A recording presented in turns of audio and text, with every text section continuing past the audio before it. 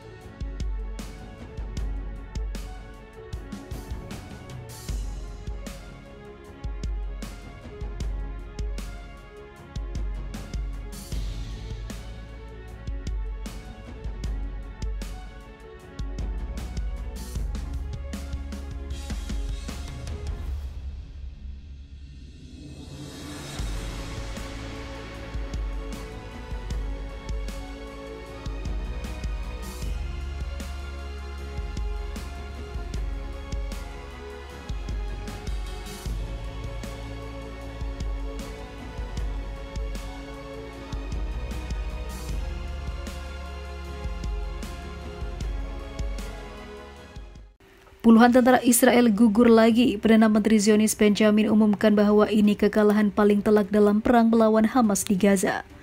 Perang Israel-Hamas tercatat sudah lebih dari 30 hari berlangsung. Pusat pertempuran sengit Israel dan Hamas terjadi di Gaza Selatan dan Utara.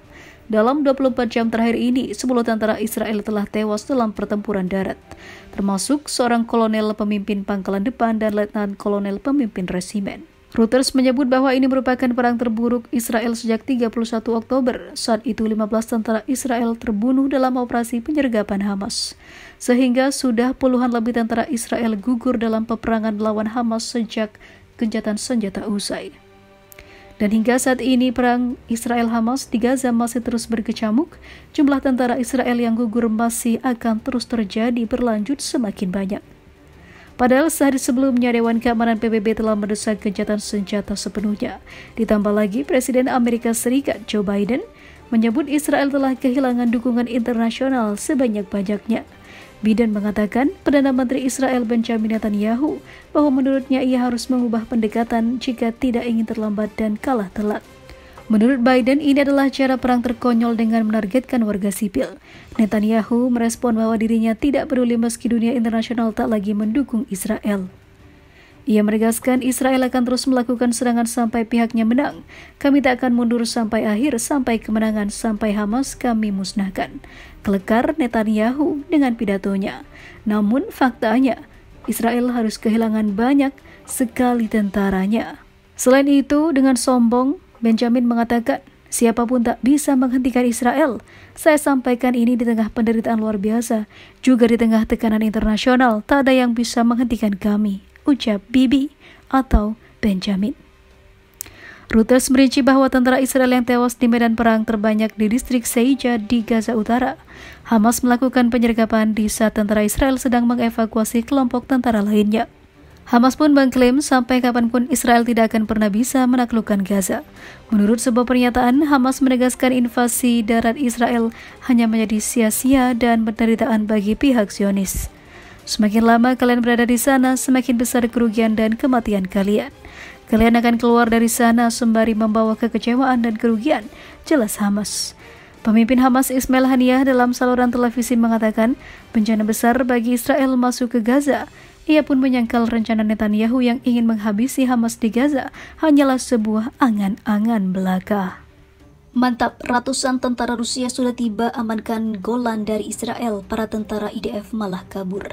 Presiden Rusia makin menguatkan militernya di dataran tinggi Golan untuk menyelamatkan Suriah dan Palestina dari serangan barbar Israel yang tak pandang bulu.